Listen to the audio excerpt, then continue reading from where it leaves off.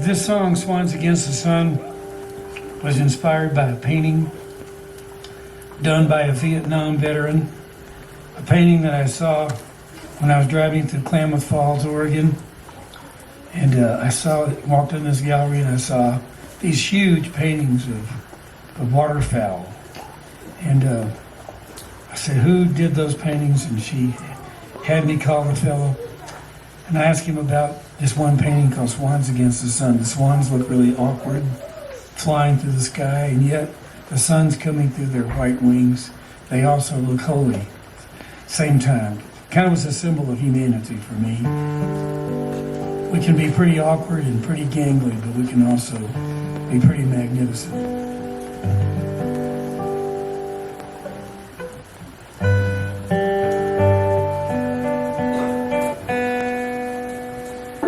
This one has to be right in tune. Our bluegrass songs we don't worry about though.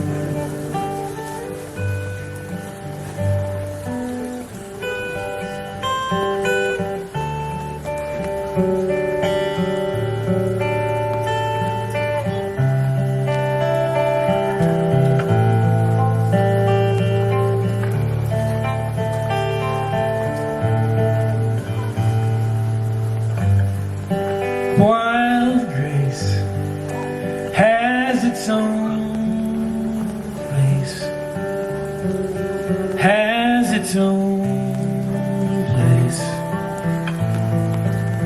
prone to flight. Sky grown, wind blown, wings flown over air blown, back tonight. Flashing, freely clashing, love of chaos, love of one. We are bright stones, rising free forms.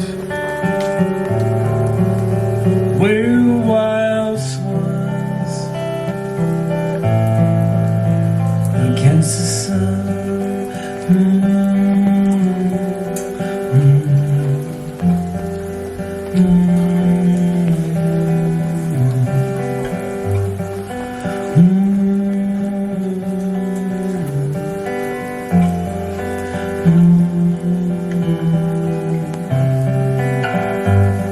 Spirit, none go near it. All men fear it more than night. Sky blue, and then someday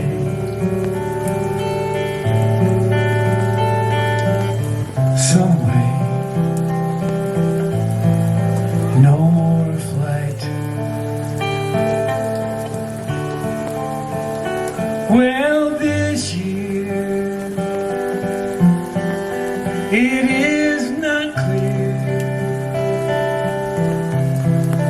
just what ends here or what's begun. We're all bright stars, rising free falls. We're all wild swans against the sun.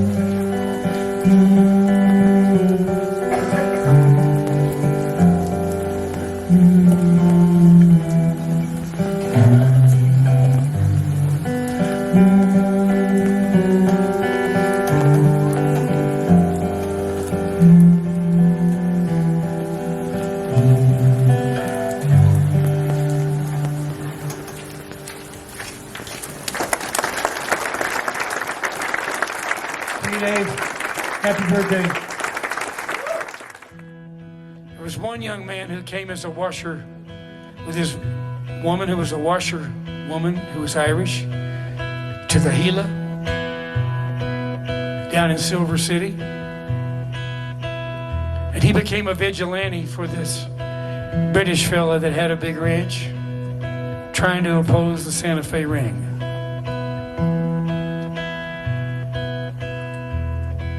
He was only 12 years old when somebody insulted the honor of his mother and drew a gun on him and made fun of him.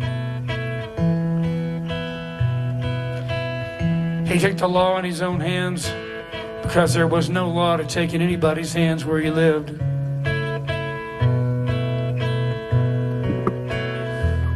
Because of what happened to him when he was 12 years old, he became a wanted man.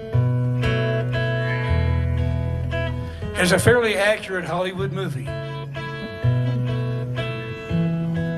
called The Young Riders about this young man and his gang. I'll sing you a true song, oh Billy the Kid.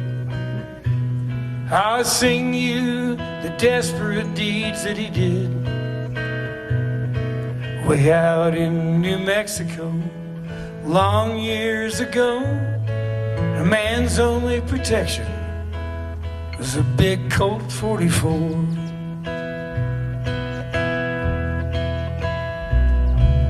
Billy the Kid was a very young lad. In old Silver City, he went to the bad. Way out in the west, with a gun in his hand, at the age of 12 years, he killed his first man.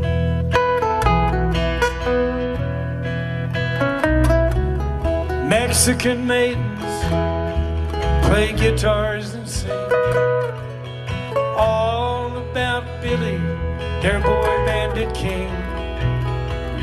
Ere his manhood had come to an end, he notches on his pistol for 21 men.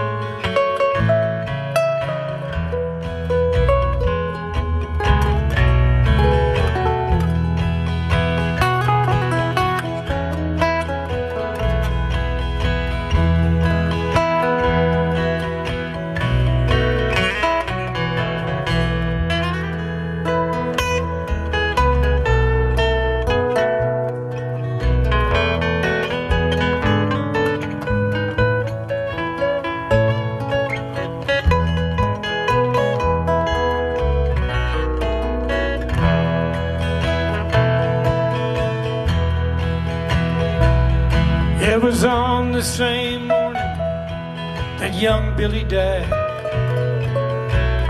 He said to his friends, boys, I'm not satisfied. There's 21 men I have put bullets through. Sheriff Pat Garrett will make 22.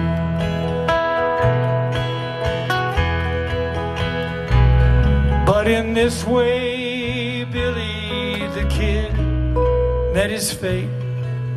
Moon, it was high, and the hour was late. Shot down by Pat Garrett, who once was his friend. And this way, young Billy the Kid met his end.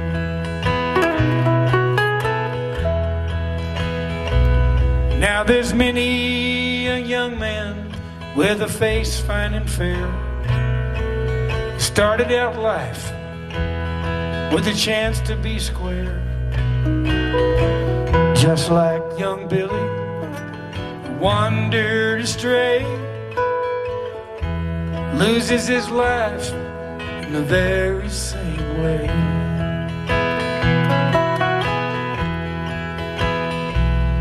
I'll sing you a true song of Billy the Kid. I'll sing you the desperate deeds that he did. Way out in New Mexico, long years ago,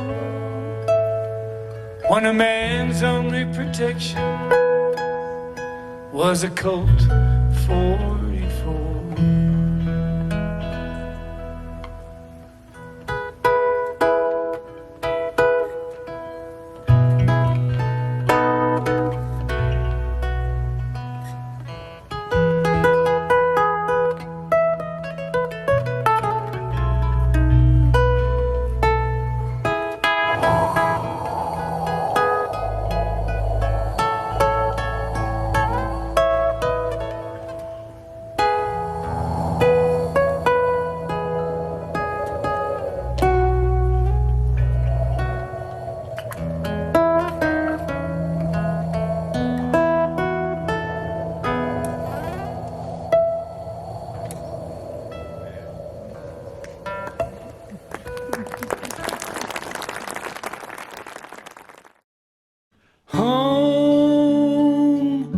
Home on the range, where the deer and the antelope play. Yes, I do love the great American West. It's been my world, it's been my backyard, it's been my universe all my life. I've always returned to it no matter where I've traveled. A few years ago, I decided that I needed a way to support the great American culture that I came from in the great American West. It's kind of a way of life. And so I decided to start a nonprofit organization, and it's a great way to support a fantastic cause. And I think if you'll join me, there's a way you can come out a winner too. Not only do you get to have a great collectible guitar, but you'll also be able to help out my nonprofit organization, Murphey Western Institute. Murphey Western Institute is all about preserving the heritage of the great American West. Now, over the years, Murphey Western Institute has raised hundreds of thousands of dollars and helped dozens of other nonprofits all across the USA realize their visions of helping the culture of the great American West. One of our projects was restoring the old cabin that Home on the Range was written in. Another project has been putting on festivals called American West Fest that showcase the artists, musicians, and crafters of the fascinating great American West. We've also raised funds for ministries, museums, Native Americans, and other nonprofits. We've been able to provide financial assistance for farmers and ranchers in the wake of disasters like Hurricane Harvey. But most important, we've been able to give money and help horse trails and hiking trails stay open. This is a fully tax-deductible purchase, of course. Not to mention, you'll get a thoughtful gift or wonderful souvenir out of the deal too. And probably one day, it'll be worth more than you paid for it. I want to show it to you. It's not the guitar that I just played because that's a one-of-a-kind guitar made by the Collings Guitar Company. This is the collector's guitar that I send out. It is a personalized guitar. I'll put your name on it or the name of anybody you want on it. I write the lyrics to my song Wildfire on it. And I'll also put a message on it. All you have to do is just let me know what you want me to say. Thanks so much for your support of Murphey Western Institute. We couldn't do it without folks like you. And you'll get something for it if you make a contribution.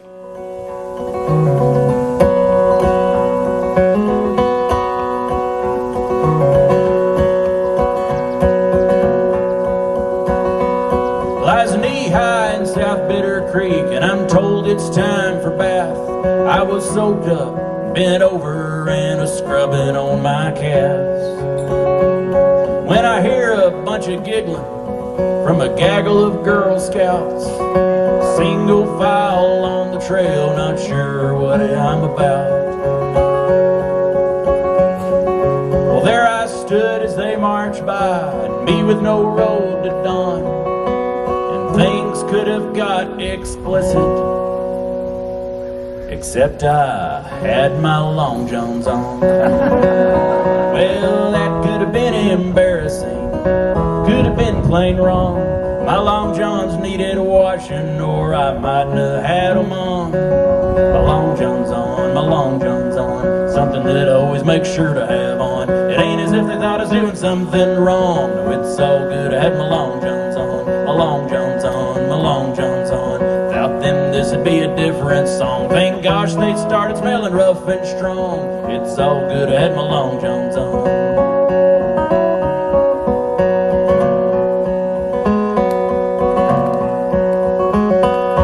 We's having us a picnic over there at McDougal Lake, eating ham and sweet potatoes and some German chocolate cake. Well, we brought along our swimsuits, so we hid and put them on. When I dove off this big rock, my suit slipped and it was gone. Well, I ain't no deep sea diver, where they sunk they'll always lay. Luckily I had my long johns on, which saved our picnic day. Well, that could have been embarrassing, could have been plain wrong. My long johns needed washing, or I mightn't have had them on. My long johns on, my long johns on, something you should always make sure to have on. It ain't as if they saw me in a purple thong. No, it's so good I had my long johns on, my long johns on, my long johns on. Without them this would be a different song. Thank gosh they started smelling rough and strong. No, it's so good I had my long johns on.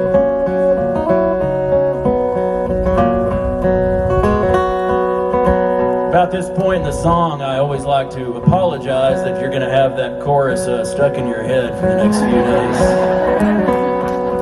But I've got one more verse, and it's too late to quit now.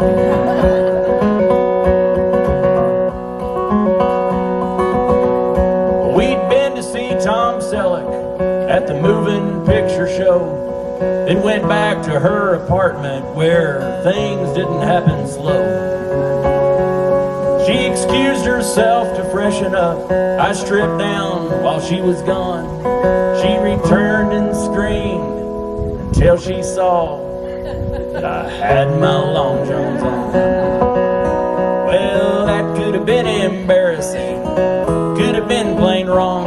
My long johns were just fresh washed, or I mightn't have had them on. My long johns on, my long johns on, lucky that I always seem to have them on. I wasn't inappropriate or doing wrong. No, it's so good I had my long johns on, my long johns on, my long johns on. How often do you hear about them in a song? Under outer garments is where they belong. It's so good I had my long johns on. It's so good I had my long johns on. It's so good I had my long johns on.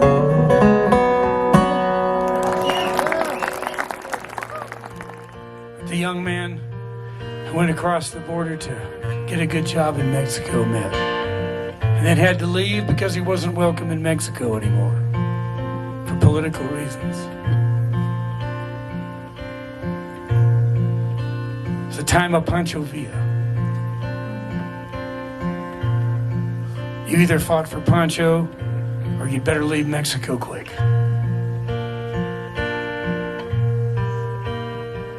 Badger Clark, who wrote this song in 1889,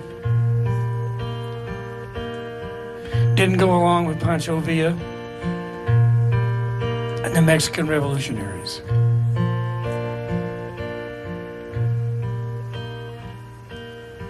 He had to leave and come across the border, but he always missed that beautiful girl that he met.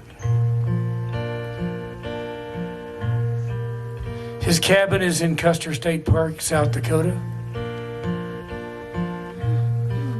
And if you go there on a day when the breeze is blowing through the aspens and the pines, it's a state monument now. And if you sit on the front porch, you can hear a badger singing this song through the trees.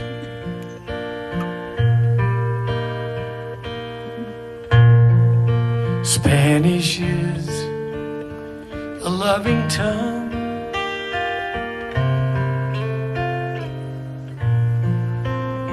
Soft as springtime, light as spray.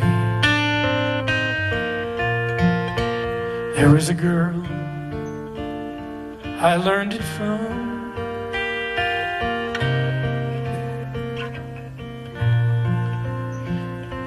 Living down Sonora Way. Now I don't look much like a lover, yet I say your love word's over. Late at night, when I'm all alone,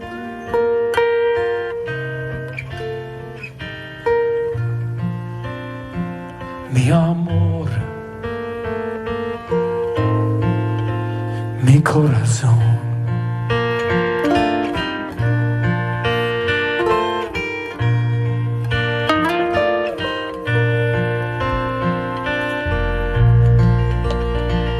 There were nights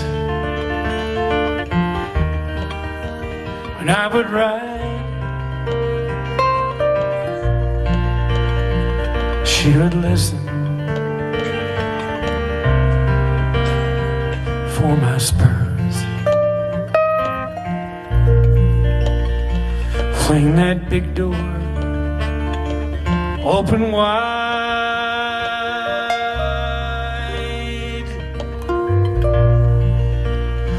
Raise those laughing Spanish eyes of hers.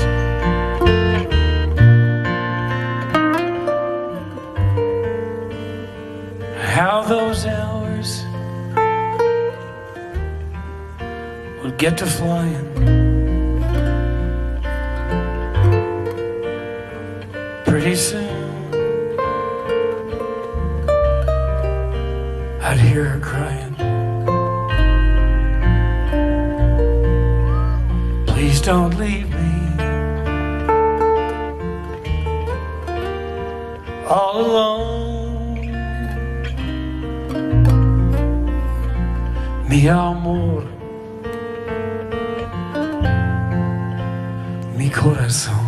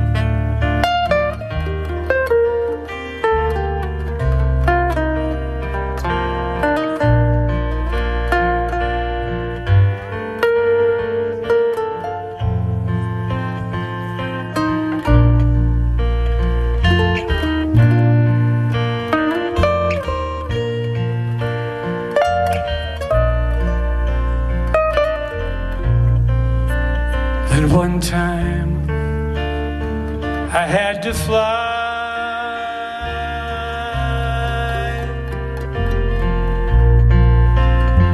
got myself into a foolish gambling fight, had to say a swift goodbye.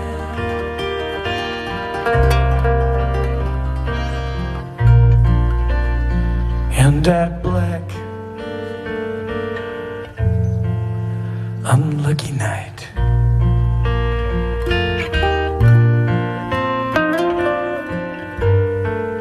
and traveling north, her words kept ringing and every hoofbeat. I could hear her saying, please don't leave me all alone.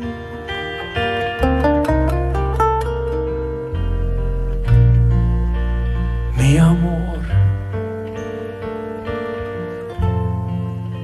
mi corazón.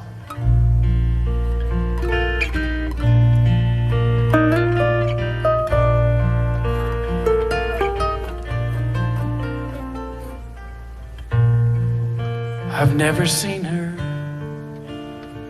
since that night.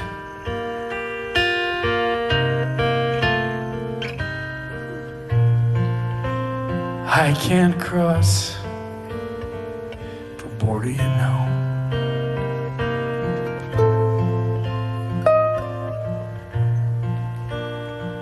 She is Mexican, and I am white, like as not. It's better so.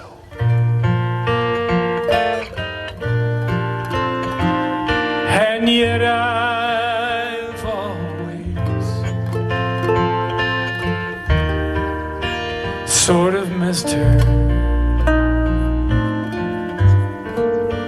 since that very first night I kissed her. I left her heart, I lost my own.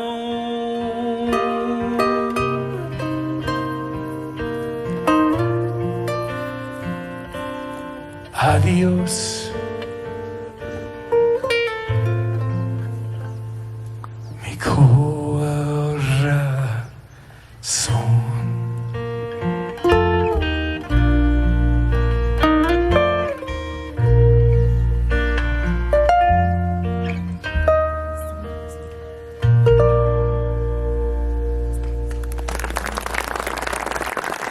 Thank you. But obviously we have a little bit of cowgirl logic going on up here. So we're going to turn the stage over to Corinne Marie for a couple of songs. She's got albums on her own. She's won many talent contests, all going all the way to top of some of those ones you've seen where they broadcast from Nashville. And at the same time, unlike a lot of these kids that get up there and sing in these talent contests, they sing any old kind of song that they can grab from somebody else. She won by singing her own material that she wrote, and she didn't get up there in some kind of weird outfit that doesn't fit country music. She wore a hat and jeans when she won the contest. She's a Westerner through and through. Please make welcome Corinne Marie.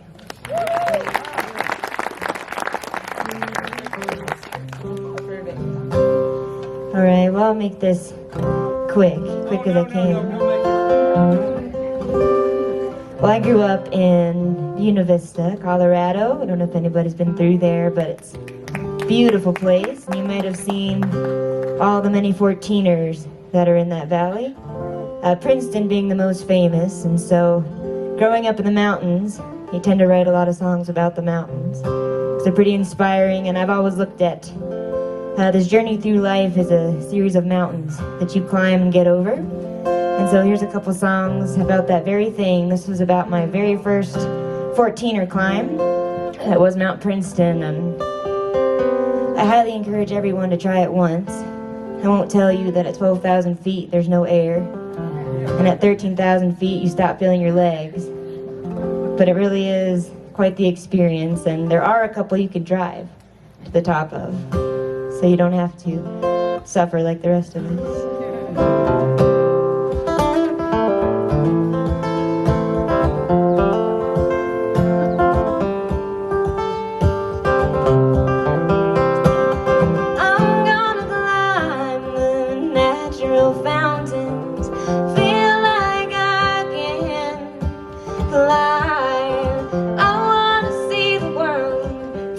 Bird's eye, so I've got mountains to climb.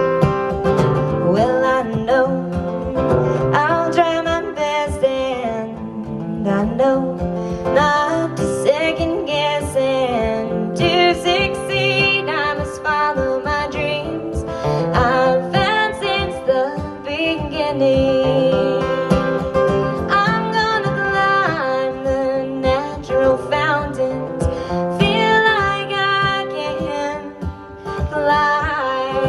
I wanna see the world from a bird's eye, so I've got mountains to climb. Well, sometimes I just get lonely, and sometimes I think I'm the only one who can't seem to find the meaning that makes my heart start beating. I'm gonna climb the natural fountains, feel like I can fly. I wanna see the world from a bird's eye, so I've got mountains to climb. One step at a time. Sometimes the path ain't always wide, but I'll be alright. I've got this vision in my mind. I'm gonna climb the natural fountains, feel like I can fly. I wanna see the world from a bird's eye, so I've got mountains to climb. Yes, I've got mountains to climb.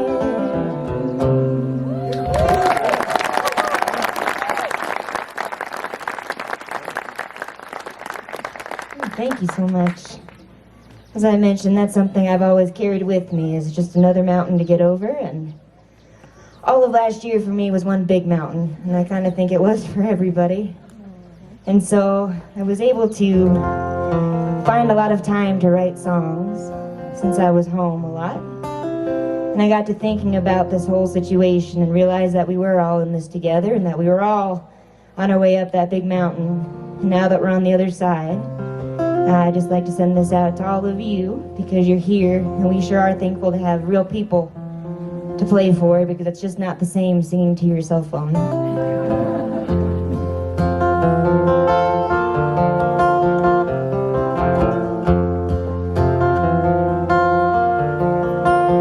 When we get over the mountain, things will be fine. When we get over the mountain, there'll be plenty of time. When we get over the mountain, we won't be alone. When we get over the mountain, we'll finally be home.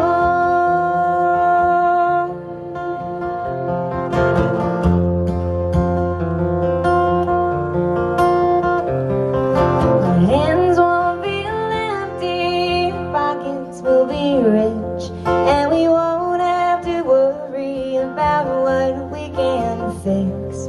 The nights won't be lonely, time won't seem short, as we take our last walk on a heavenly course.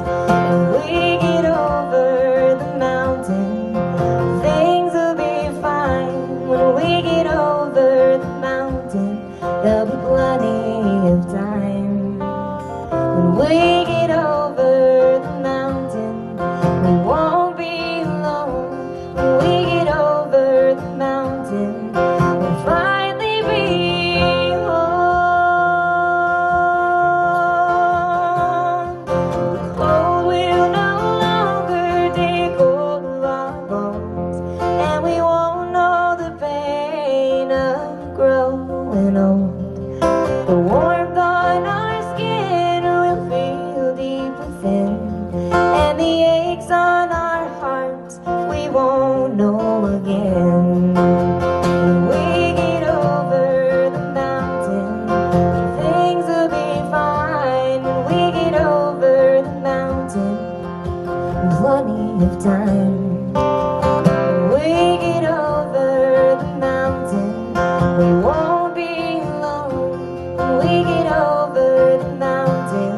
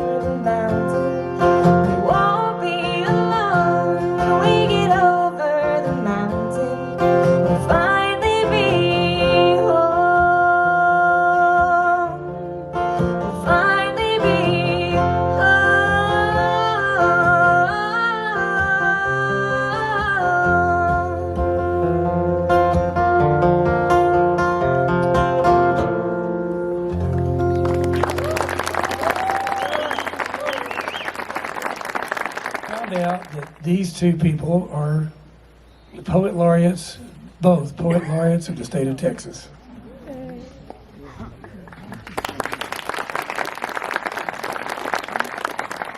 They're both inductees into the Texas Institute of Letters, and but don't let that scare you.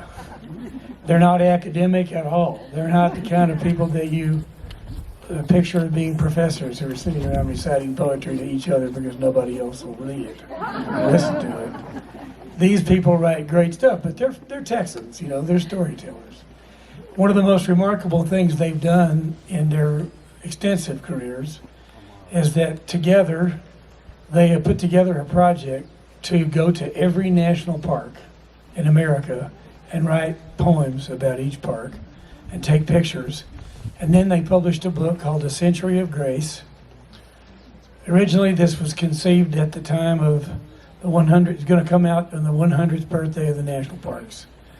But as all travel plans happen, there were some storms and things that happened. They weren't able to get to everything inside the 100-year boundary.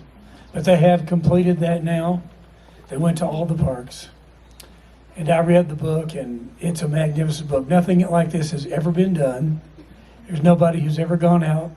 There are people that have written travelogues about the parks, and people who had all the parks on their bucket list, and have written all kinds of stuff about where to stay and what to do, and the history of parks, but nobody in the history of American publishing, and I believe world publishing, has ever published a book of poetry about the parks. And they did this after hiking, walking, and riding all these parks. From all the way up in the Arctic parks to some of the parks I never even heard of, like the one there's a national park in Samoa, and they went there. Their tales of going there sometimes are wrapped up in their poems and their tales. So they just won the Independent Book Award for their coffee table book, A Century of Grace. I was honored to be asked to write the foreword to it because I've been a lifelong lover of visiting national parks. That's actually how I started with Red River, because my parents were going to the Rocky Mountain National Park and they stopped here to fish a little while. We visit all these parks every year, and I'm in the process of turning some of their poems into songs right now, and we are going to put out an album also in addition to the book.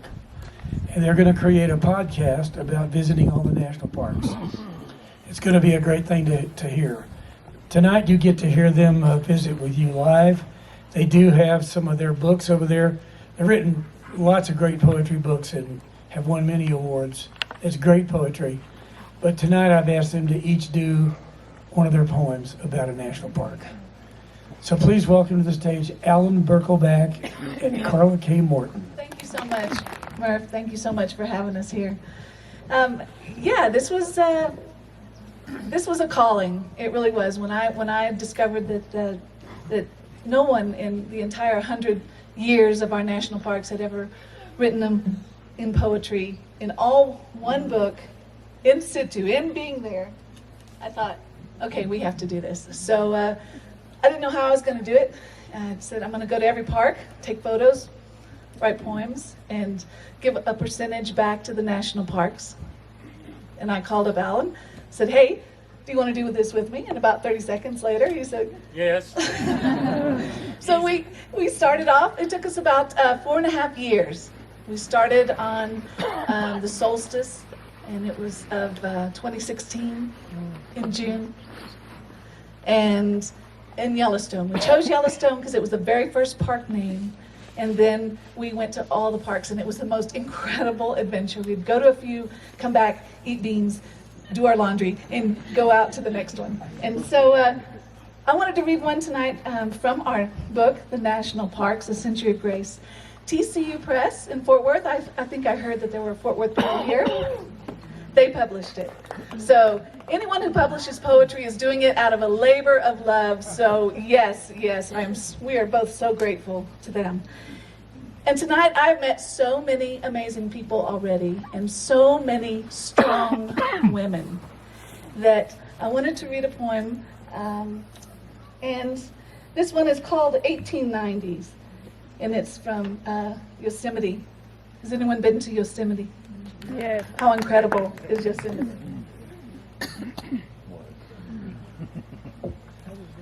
1890s. It must have been an end of an era. Motor cars in the park, replacing the carriage, the wide back of pack mule, tents folding for hotels. I would like to have been that woman of 1890, slipping into trousers for the first time, finally swinging one leg across the horse, a foot in each stirrup like God intended. And what women they were, shooting grizzlies while frying trout, bathing in the frigid Yosemite rivers. Sometimes I wish time could go backwards, that we could all feel the might of equine between our legs, put our faith in four-shoed hooves, cell phones, and television 200 years away. Our thoughts only of wood and warmth and a safe spot to bed down. Maybe a canyon like this one to lie in, to look up the incomprehensible stars cast across the night sky, the pink muscle of dawn, all a girl needed to conquer the world.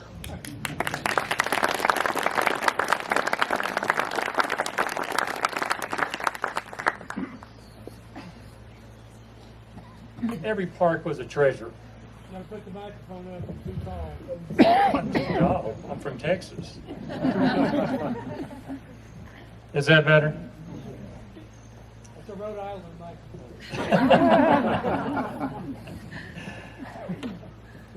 We made 2 big trips to Alaska because there's 8 parks in Alaska.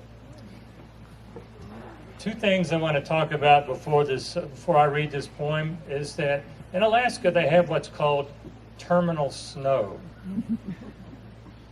That's the last snow that comes in that shuts down summer before they shut down the rest of the world for the winter. You can see it on the mountains. The mountains are half covered with snow, and all the natives will tell you this is our last trip because that's terminal snow, and next week it's all going to be covered. And Denali National Park is the mountain called Denali. It's the tallest mountain in North America. It's over 20,000 feet tall. It's normally hidden by clouds, but when it clears up, it dominates the landscape. There's nothing else like it. The road stops at least 30 miles away, and after that you're hiking. It's a mystical place. My poem's called The Train to Denali.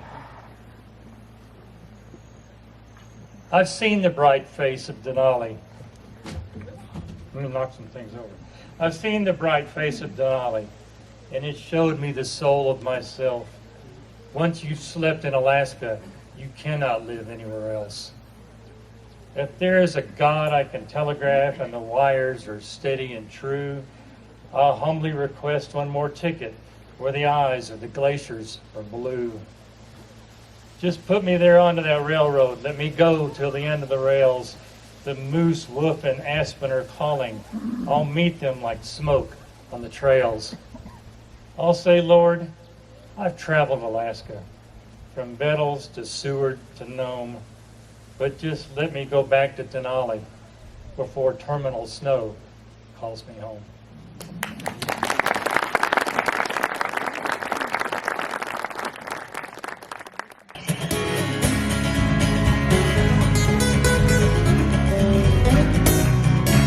A town of olive freedom, rode a stranger and found me. Hardly spoke to folks around him, didn't have too much to say. No one dared to ask his business, no one made him a slip. Ranger, he had a big iron on his head, big iron on his head. It was early in the morning when he rode into the town. He come riding from the south side, looking all around.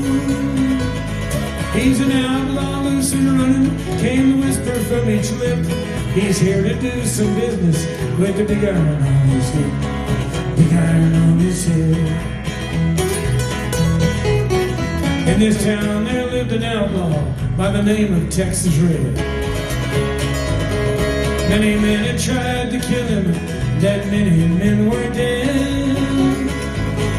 He was vicious and a killer, though a youth at 24, and the notches on his pistol numbered 1 and 19 more, 1 and 19 more. Stranger started talking, made it plain to folks around. Was an Arizona Ranger, wouldn't be too long in town. He came here to take an outlaw back alive or maybe dead. He said it didn't matter, is after Texas Red, after Texas Red. Wasn't long before the story was relayed to Texas Red. But the outlaw didn't worry, men that tried before were dead.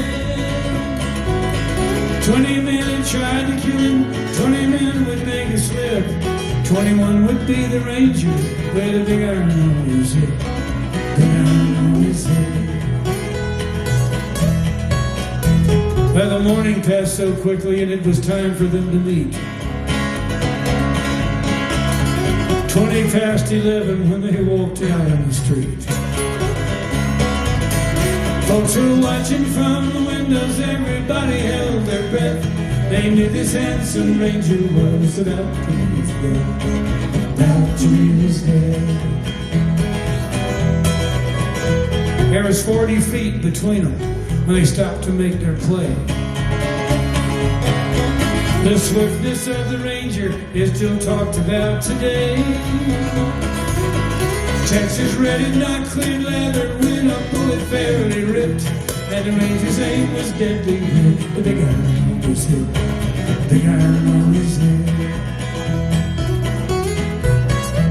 It was over in a minute, and the folks just gathered round.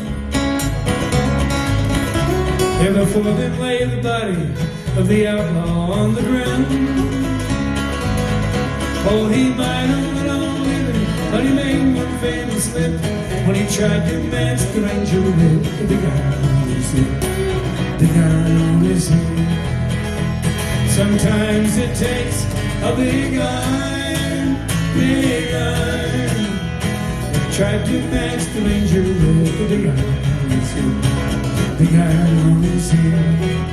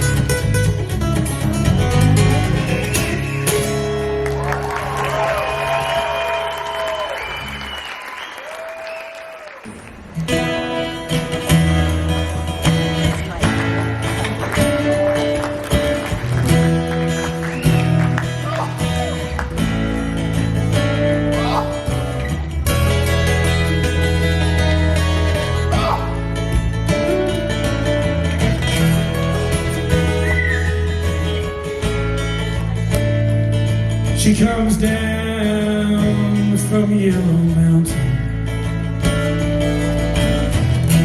on a dark flat land she rides, on a pony she named Wildfire.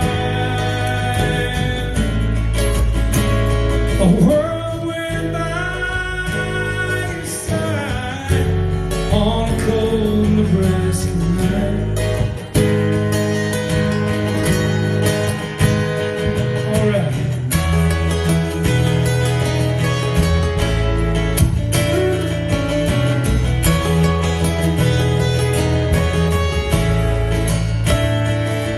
They say she died one winter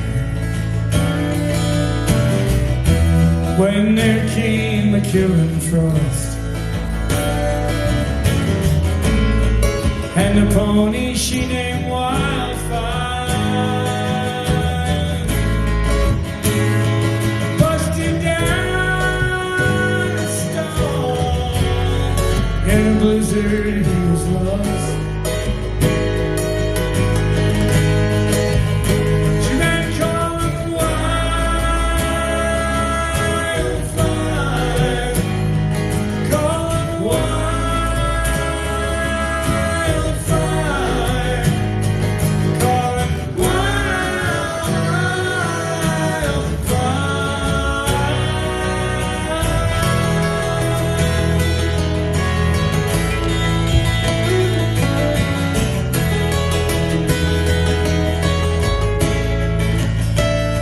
So by the dark of the moon I planted,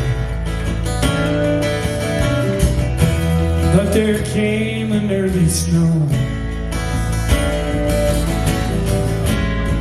Been a hoot owl howling outside my window now, 6 nights in a row. She's coming for me,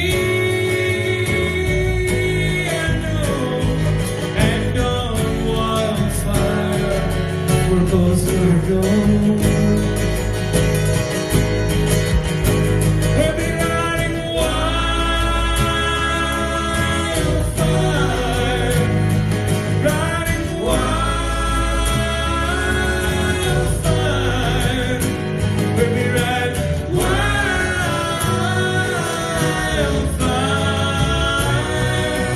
on wildfire.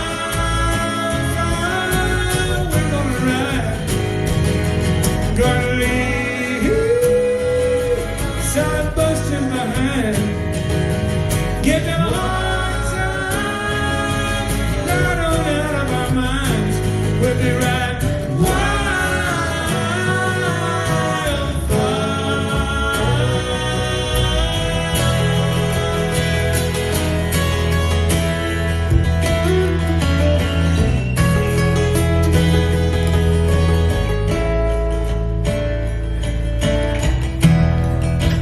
Ladies and gentlemen, Corinne Marie.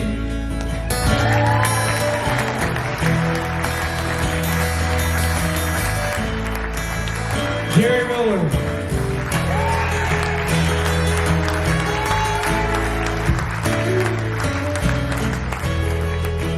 What else would you need to have a band?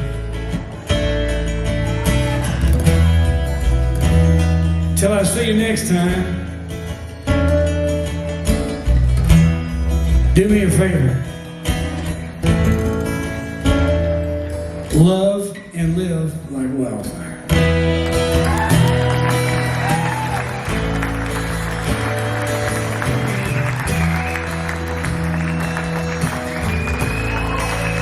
Good evening to you.